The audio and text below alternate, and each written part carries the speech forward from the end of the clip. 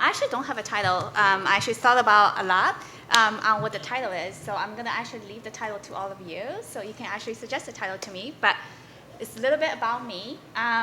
First of all, the picture, I want to actually thank Kelly, who's actually our volunteer professional photographer. She's a creative director as well, and she joined us today, and I want to take the picture for the event. So please join me for a round of applause for Kelly.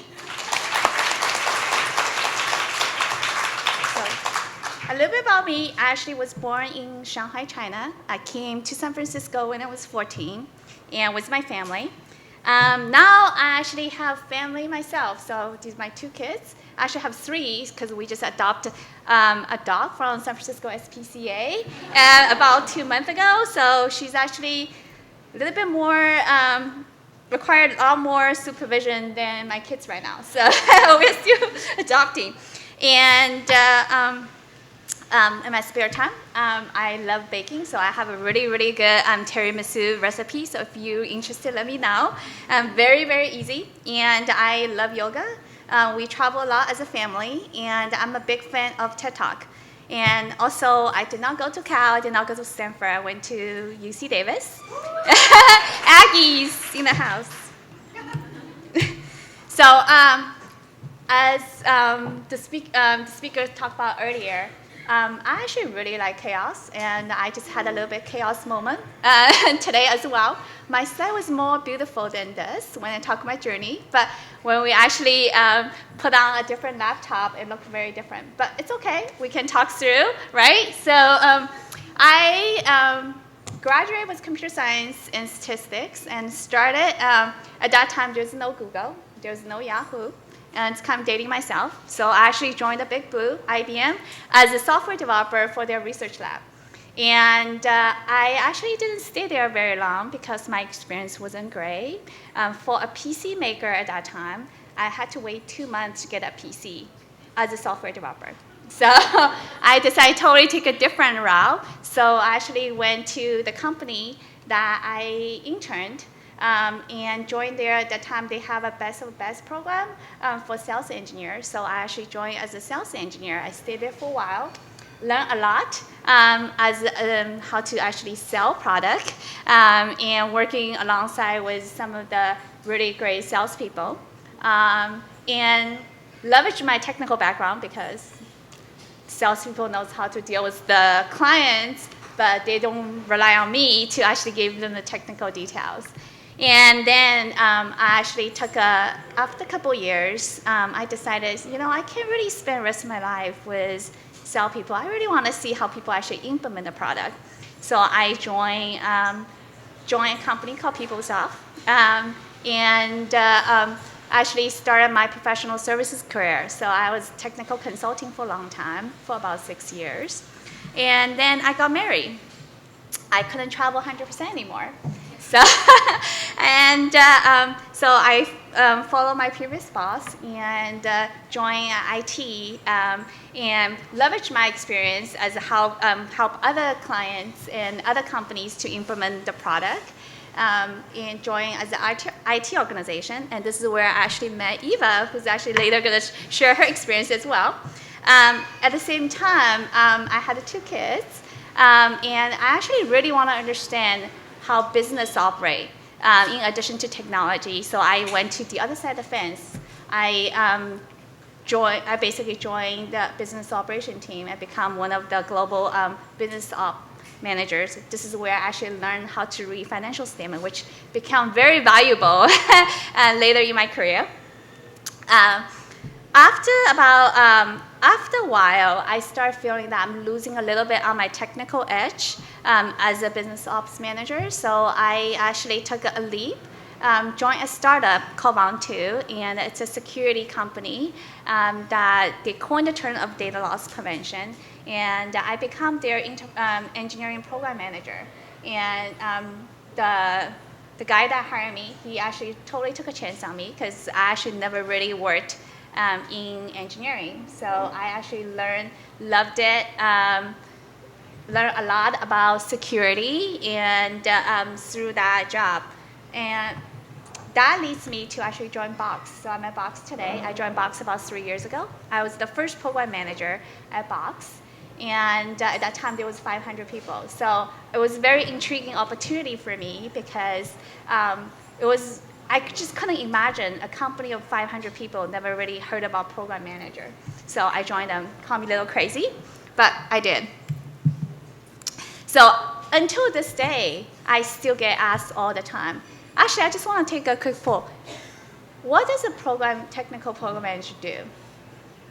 What is the difference between a program manager and product manager? What is the difference between engineering manager and program manager? Right? So I actually went to interviews. People ask me that question because they want to hire a program manager. They ask me, like, well, could you tell me what program manager do? So I'm actually going to answer that question today for all of one here.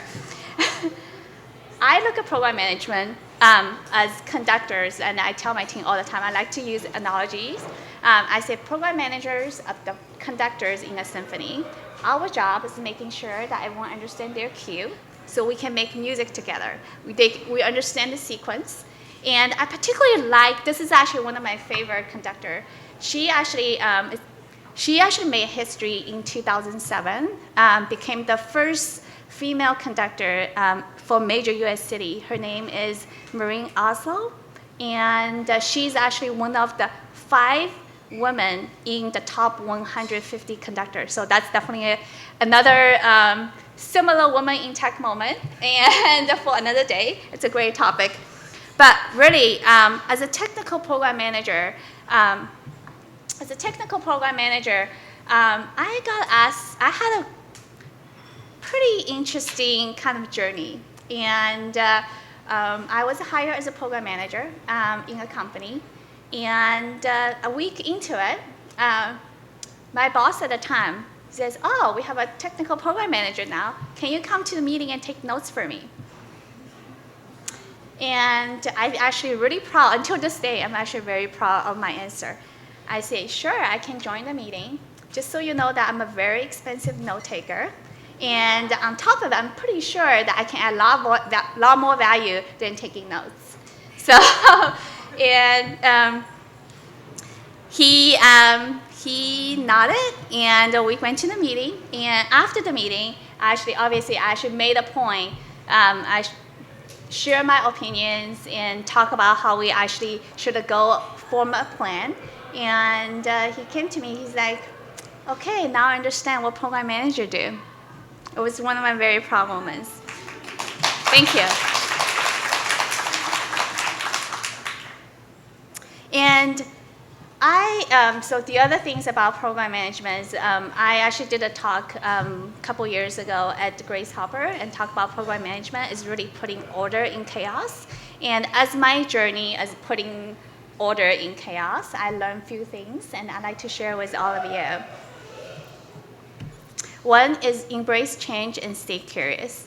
And in the, as you can see, my career so far, it's pretty interesting, right? It's not a typical technical career, but one thing that actually kind of stay true is I'm always in high-tech industry and I'm always in software. And that actually helped me to grasp the technical knowledge very quickly and able to actually establish credibility with engineering team.